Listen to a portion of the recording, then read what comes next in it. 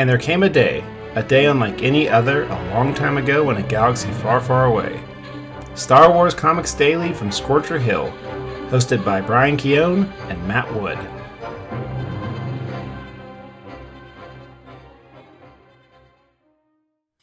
From Scorcher Hill, this is Star Wars Comics Daily. I'm Matt Wood.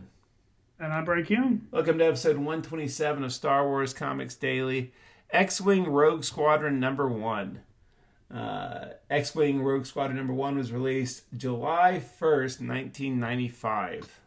It was plotted by Michael A. Stackpole, scripted by Mark Barron. The penciler is Alan Nunis. Inker is Andy Mashinsky. Colorist is Dave Nestel. Letterer is Steve Dutrow. And the cover is by Dave Dorman. Yeah, okay, so Michael Stackpole writes the X-Wing novels. Yes, he writes the X-Wing novels and 2 or 3 other Star Wars novels. Well, I think he shows up a little bit in our. Let me look him up, see how many times the name Stackpole comes up in our comics.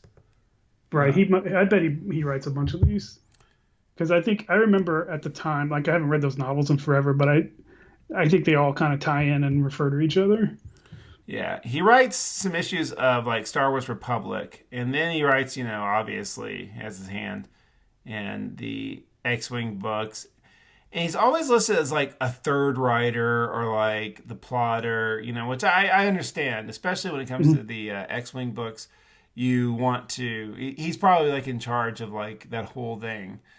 So I get that. What I was really interested to discover was the first X-Wing novel doesn't come out until 96.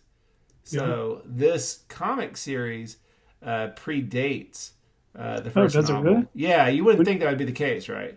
When did you say it came out? So I have X-Wing Rogue Squadron, the first book. That's just what it's called. Right. I know I've got that in front of me. When did the comic book come out? This one comes out in July of 95. And I have X-Wing Rogue Squadron listed. It just has 1996. I see that too, but I also noticed that there's 4 of them, and the first 3 all come out in 96. Right. So it could have been. It's most likely it was written. Right. Yes. Yeah. Because I think these are this group of characters. I think they're all the same characters that are in the Rogue Squadron books too. You have to imagine, right?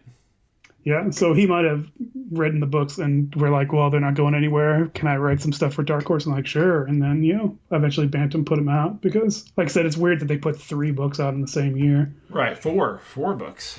Well, the 4th one came out in 97 is what the thing's saying. But even that is, 4 That's books in 2 years is crazy. Right. Took him a little extra time to do the Back to War.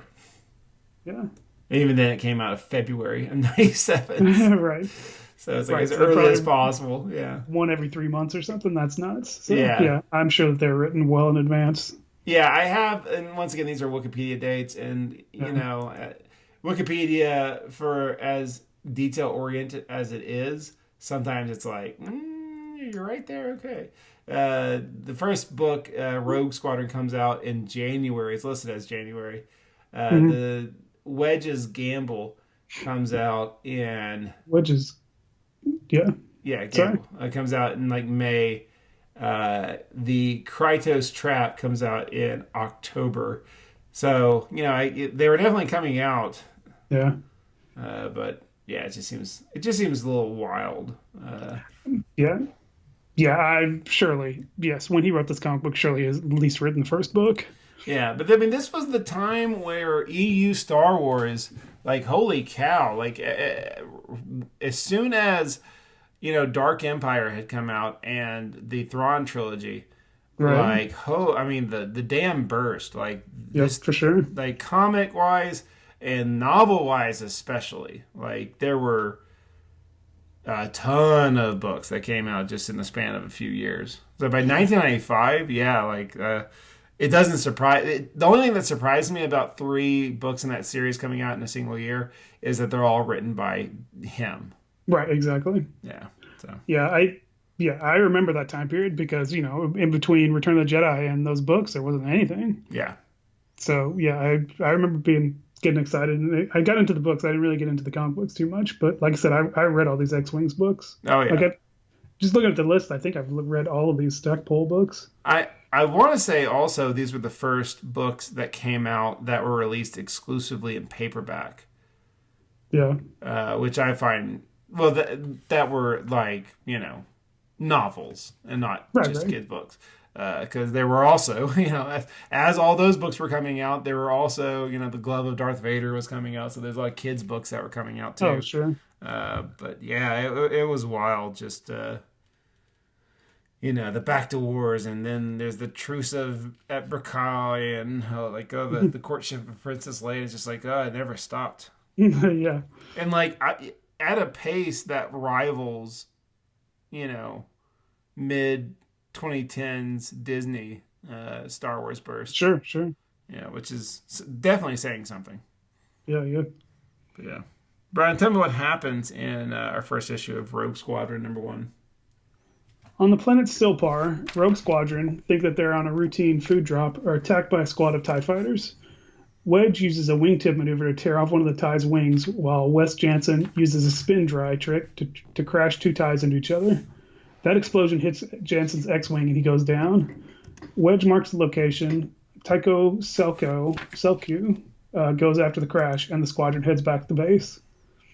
Wedge and the rest of the squadron, Delur Nep, Derek Kilvian, and Isplor da Cartha Estillo, also known as Plur, discuss what happened and decide that someone must have tipped off the Imperials. Wedge doesn't believe it could be any of the rogues, but he's not sure who their liaison, codenamed Targeter, is exactly. Tycho finds the crash site and Jansen, who has broken his leg. They hobble away and find a cave to hide in. Back at the base, Wedge receives a transmission from Tycho. Plur finds Wedge and says that they need reinforcements, but Wedge thinks that they were just some TIEs that didn't realize that the war is over. He turns and finds that a group of locals have entered the base to arrest the rogues. Their leader is Elsko Loro, who is blood-bounded to a Wookiee named Grosnig. She and her group are comprised of Imperials and Rebels who have rejected both sides. Elskol takes the rogues back to her hometown, Tamarack, which has been destroyed in the war. She takes Wedge to the wreckage of her home, searching for keepsakes, and she tells Wedge about her husband, who had freed Krosnick from an Imperial base. When her husband was killed, the blood bond that was formed with the Wookiee transfers to her. Meanwhile, back at the cave, Tycho and Jansen worry about the howls of Aronk, just as Leia points a blaster at them and orders them to answer her questions.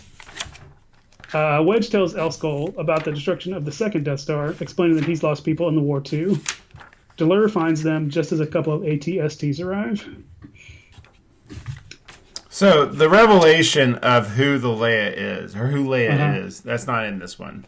No, it's in the next one. Okay, I was telling you that I was reading this. I accidentally skipped the cover of the issue 2. I just started reading it, most of issue 2, and it's pretty wild when you get to... Yeah, spoilers, it's not Leia. It's not Leia. Not Leia pointing a gun at a Wedge. No. Yeah. Well, not Wedge. That's Jansen. Jansen, right, sorry. Yeah. Who is in Empire Strikes Back? Is it Jansen? I knew one of them. I think Derek Kilvian is too. Because when I was looking, because most of these guys are not named in the issue, I just wanted to look them up just to get their names down. And Derek, I think, has a picture from the movie on Wikipedia. Jansen definitely does because he's at the Battle of Hoth. Let's see. Derek Kilvian is... Oh, yeah. This is the 3 fighters against a Star Destroyer. It's like that guy. Yeah. Yeah, I think he even says I think maybe Tycho was with him on the run to the second Death Star. Nice. Oh, yeah, Derek Kilvian's hobby. That's right. Yeah. Well, I'm not fancy enough to know him. Like, oh yeah, I remember that guy. Well, Mr. I Love Star Wars Rebels so freaking much. He is in Imperial School with Wedge when... okay. Yeah, that's hobby. Yeah. Oh, nice. Yeah. So yeah, there you go. There's a few of these guys that are... Yeah, so basically the humans that are still in Rogue Squadron showed up in movies, and then the rest of them are all aliens, so... Yeah. I'm trying to pull up like any name that's like listed as the characters, and it's not their first appearance. I click it just to say like see like okay, well who? And if it shows me like a real person, I get excited. But if it shows me like a painting or like an illustration, I'm like yeah, never mind. I don't care about that. Because it's weird. Plur, or however you say her name, when you look around Wikipedia, she looks like just a normal human. She's not. I mean, it's still a drawing, but in here she's at least got a weird shaped head. I assume she was an alien. Let me find her name. Yeah, she has that crazy long name, right? Yeah. Yeah. But if you just type in Plur, I assume it'll come up. Yeah. Yeah, she gets a fancy drawing. Yeah, but she doesn't look like that in the comic book. No. But she'll change. I guess.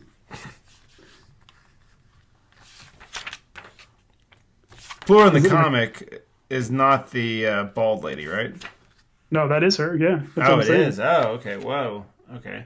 Yeah, and she's not bald. She's got like, from like, I don't know, midway at the back of her hair, she's got like hair coming down. Well, this is her first appearance, apparently. So I'm going to assume that her backstory is pretty wild and crazy for her to have, Yeah, maybe she is just in disguise because just looking at her Wikipedia, it says she's a princess, blah, blah, blah, blah. Oh, boy. So maybe she's just undercover. Yeah.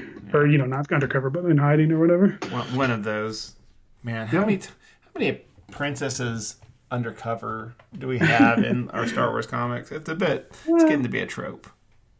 Yeah, but I mean, it makes sense if all these civilizations have been destroyed. I mean, if they're royal, if they're controlled by royals, it makes sense they're running around. Yeah, I mean, the Empire's not exactly kind to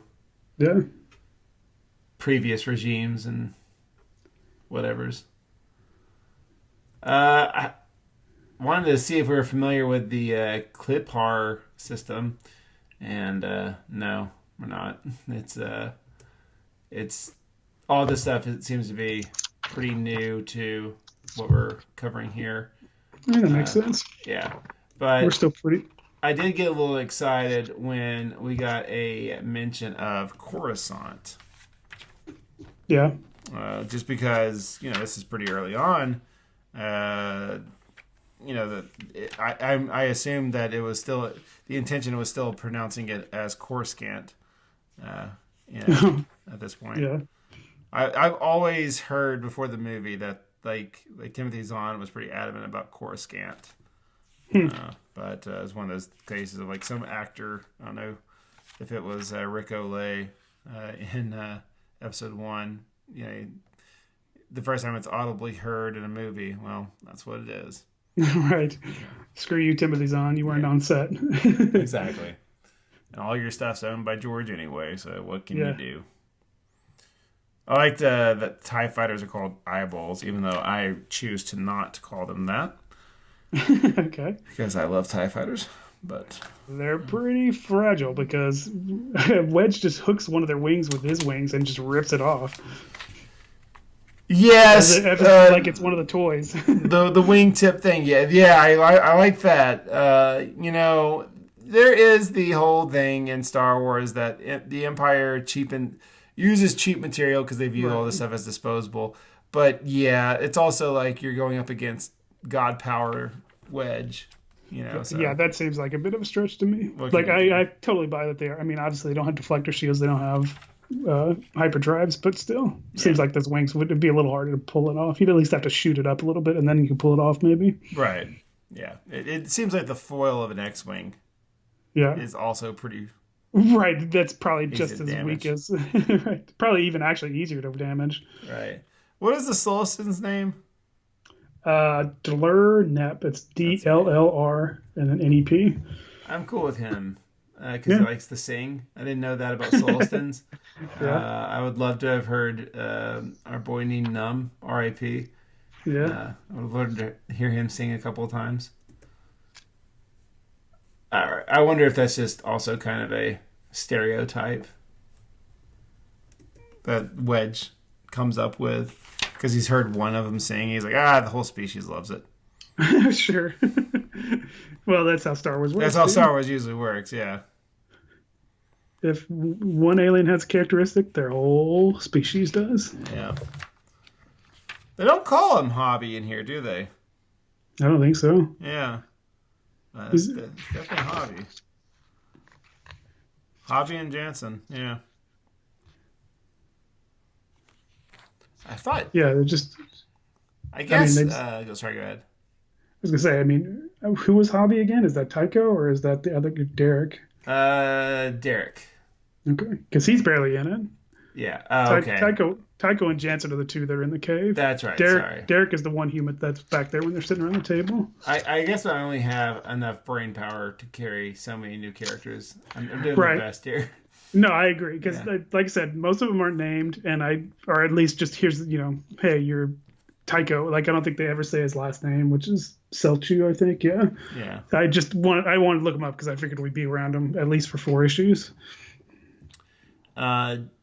Jansen is the guy who flew with Wedge in the Battle of Hoth. So he's the one that. Well, I guess he wasn't flying. He was the one that shot the tow cable that brought down the first walker. Yeah, and I think he says, when he's talking about the second Death Star, I think he says Tycho was with him in that battle. Okay, so yeah. Sure, it's one of those, like, why not? Like... Right, yeah, there's some other X-Wings flying around, so sure. Yeah, Tycho was my wingman, 5 meters off the port wing when 6 eyeballs came zooming out of the bypass tunnel. So yeah, it gives us that flashback to Return of the Jedi, and I'm just like, okay, I guess we're doing this. Even though it's like I saw the movie, guys, but oh well, it's still cool to see.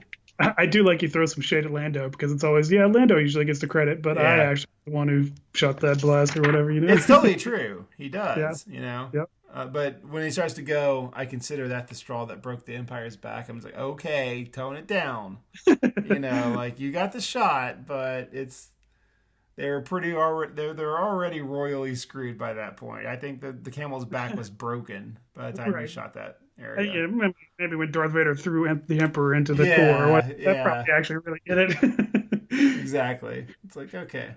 I was really surprised here when I saw this art because, very much, especially the coloring is very much this Dark Horse era. Yeah. But Alan Nunis, I'm not familiar with him at all. Yeah, I'm not either. Let me look him up real quick. I bet money that he looks like a British artist to me, so I bet he's a 2000 AD guy. So it says he illustrated for classic Star Wars, even though it doesn't give me... so he did cover art for classic Star Wars. That's okay. I don't have much of... There's nothing 2000 AD listed, which I was a little surprised by. I've got him just in Wikipedia here. Does he have an actual Wikipedia? No. So, I don't know. There's a lot of art for source books. Right? Maybe that's where he came from. Yeah, it's definitely I can see that. The X-Wings and the TIE Fighters look very technical. Way more than, Carmine or one of those guys who would actually make them look right. So, but he's not bad at sequential storytellers, So yeah, he's good. I would have to assume that he does have a comic book background. If this is his first comic book, then hey, well done. You did it really well. Because just being able to draw really well is only one part of being a comic book storyteller. Oh, for sure. Yeah. Yeah, it looks like I said. It looks like according to Wikipedia, he only did these 4 comics, and then the rest is all source book looking stuff. I didn't point this out yesterday. Also, speaking of yesterday, Brian and I could not find cover artists for those Marvel Weeklies, so the search will continue. But one thing that it did annoy me in that annual, there's one panel where it had to arrows had to be drawn to tell you hey, here's how you follow. And I'm like, that's not good. That's not that's not a good sign. It's not good whenever you have to do that. It's always for me, it's always man, you messed up on that page and you're just too far in. That I used to do that all the time in classic Marvel comics, though. Yeah. Well, as awesome as Steve Ditko and Jack Kirby were, Darth. Anytime they stepped out of their comfort zone, they didn't do it. Well, they just didn't happen that often. It was usually they played it pretty safe. Yeah. You never got to see panels like I'm looking at the one prior to the ATST scene, where you get like a nice like circle panel. Sure. Yes, for sure. Yeah. I mean, even most of these panels have some weird. It's not like it's a 9-panel grid or anything. Right. Flashbacks are clearly defined by like rounded edges, and I love it. Yeah. Let's talk a little bit about blood oaths or blood debts or whatever. Blood bond. Blood bonds. I don't think this is how these work. Because our boy Groznik here, yes, he was saved by Trom. That's real cool. Yeah. But Trom dies. He does. And I guess if you if the person you have a blood oath blood bond towards, I guess if they die of anything but natural causes, like you're still stuck with them. And I mean, this is the Groznik deciding, so maybe he's just like, well, screw. I mean, Thrawn got killed real quick, so I'm going to protect his wife because I owe him. I mean, it doesn't necessarily have to be, some sort of ritualistic Wookiee thing. It could just be, Chewie hung out with the rebels after Han died. It wasn't like he just ditched him. I don't know that they ever had an actual blood bond. Do you think it was like a loyalty to? Well, yeah. I mean, it. I guess it kind of wasn't he? He saved Chewbacca. I guess I don't know. I remember him ever saying it was an actual blood bond like this. And Wedge seems to think, or at least somebody, it's like, oh yeah, I've heard that. That's a thing. Yeah, I mean.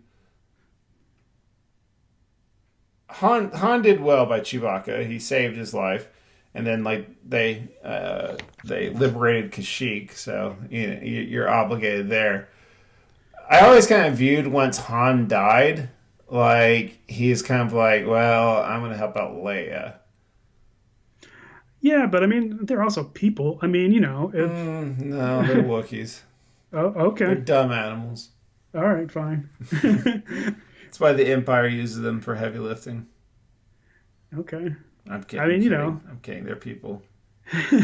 Alfred didn't have a blood bond with Bruce Wayne, but when his parents died, he took care of him. He's an old school butler. Okay. They don't make him like they used to. Sure. I did find it funny how Trom dies. I mean, it's not funny, but... Oh, it's hilarious, yes. Some shuttles blow him away. That's hilarious, dude. Well, no, but it's crazy how, like, a shuttle... You'd expect the kind of blast that a shuttle can shoot. Like, there's not much of you left, but, it's sure. it's like a pistol shot for Trom. Yeah. And also... what's his name? Groznik. Who's going to throw that rock at that shuttle? Come on.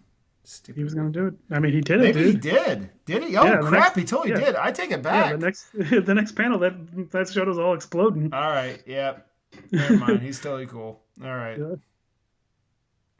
I'm a jerk. Yep. Yeah, you are. Even though he's in a group of, like, Saw Gerrera-esque rebels. Yeah. That are probably going to, kill Wedge Antilles. Well, that's the rebels are. Yeah, well, because they're not rebels anymore. They're hanging out with the Imperials. Yeah. It's going to happen, man. It's going to happen. You think these guys are going to kill Wedge? Is that what you're saying? Yeah, it's going to happen. Oh, okay. Yeah. All right.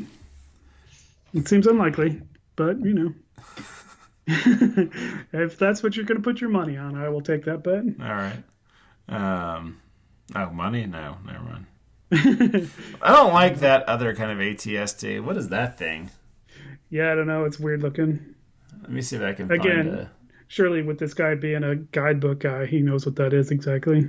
Yeah, I have a list here of ships. The little tanks are called Kilpar APCs. Okay. I don't know really what APC stands for. All personnel carrier. Okay, that works. Or armored. It's armored personnel carrier. That's some G.I. Joe toys coming back to help you out there, dude. Okay, nice. Because I had one of those. Yeah, whatever this guy is, it's not listed unless he's a starfighter, which he's not. It doesn't look like he's. I'm looking and I don't see it in the next issue, too. In the next issue, it looks like there's just that ATST. Yeah, the all-terrain scout transport. Maybe there's different variations of the all-terrain. That's kind of what it looks like. It looks like it's just kind of a weird. I mean, because it's on two legs like an ATST. It's just the head piece or whatever is different looking. So maybe it's a either more updated or older version of ATST. Maybe he put it in this issue and they got in trouble. Could be. Because they're like, that's not the toy. Exactly. And then he couldn't draw it for issue 2. Yeah, because as far as I can see, it's not in there. It certainly doesn't look cooler than the regular. No, the regular one's cooler. Chicken Walker is an amazing ship, amazing toy. Yeah. Until you damage like one of the joints in the leg, and then it just won't stand right. But not, yeah. Oh, what do you think? Wedge gonna fall in love with Throm's widow? I shouldn't call her that. She has a name. I just can't remember what it was. El Skull. Yeah. I mean, maybe. They certainly are hanging out and talking, but I don't know. I mean, isn't that Wedge's whole thing? Like, he's into widows. That's true. He does really love Snap's mom. Yeah. I'm gonna bet he kisses her at some point. I mean, that wouldn't blow my mind. Do you think Solstons have human hands? No, I don't know. Do we see his hands anywhere? Yeah, he's got human hands. Pulling them up, they got normal people hands. It's all cool. Yep. You know what that means? What? Humans can breed with them. Oh, okay. I didn't realize you were that into Solstons. They got a weird. I'm not into it. Big jolly face. But... You can do it if you want. All right.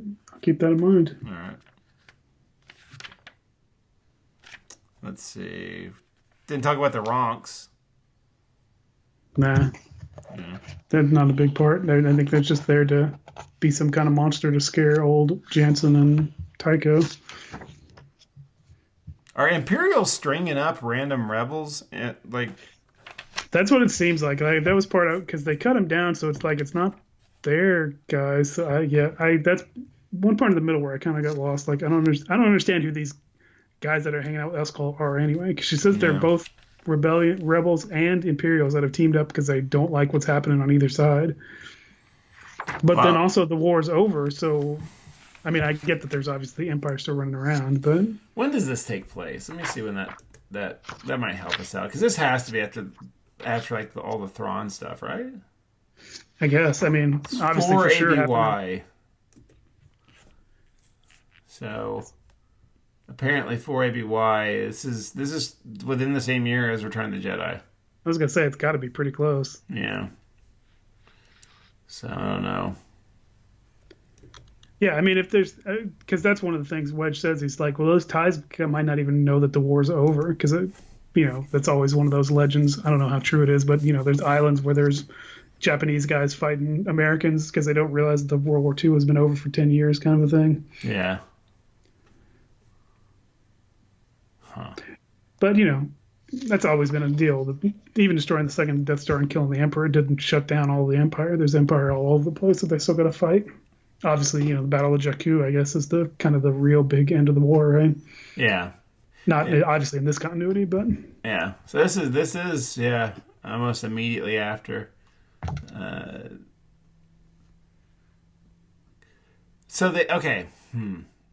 learning about the timeline of Star Wars and how stupid it is.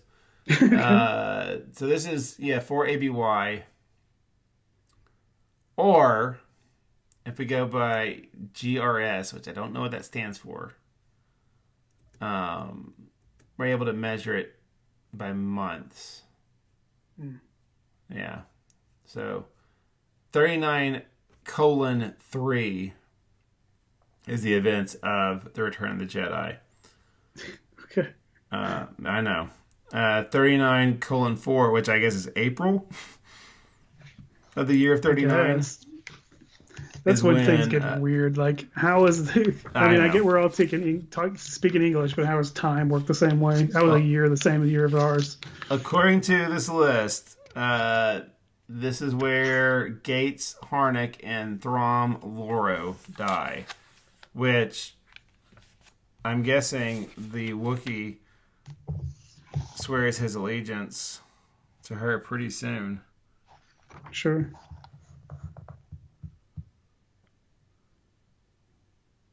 Yeah, I mean, he says he immediately transferred his allegiance.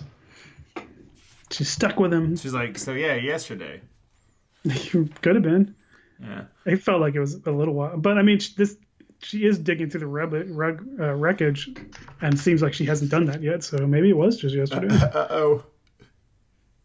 Spoiler alert. I shouldn't have looked. I was looking at, the timeline of 39 GRS. And this is right now 39-4. I looked at 39-5. And let's just say, get ready. Don't get too attached to Grosnick. I was flipping through ahead. It looks like he sticks through for a fair amount of the book. Well, sure, yeah, but maybe doesn't make it past could take place in like a period of a month, I guess. Yeah. Well, I didn't get past Rogue Squadron, so I don't know that he makes it through the end of this miniseries. Neither does he. Apparently. I don't know. I don't have anything else for this one. What do you think? No, I think we're done. Yeah, we're going all over the place with this one, but yeah, whatever. That's what people like, I guess. Yeah, well, it's a new series, a new characters, so we kind of got to get our ground. Getting a feel for him. I don't know what what's that lizard creature's name? A ronk. We learned about ronks. Mm-hmm. Like I said, they weren't that important, I don't think.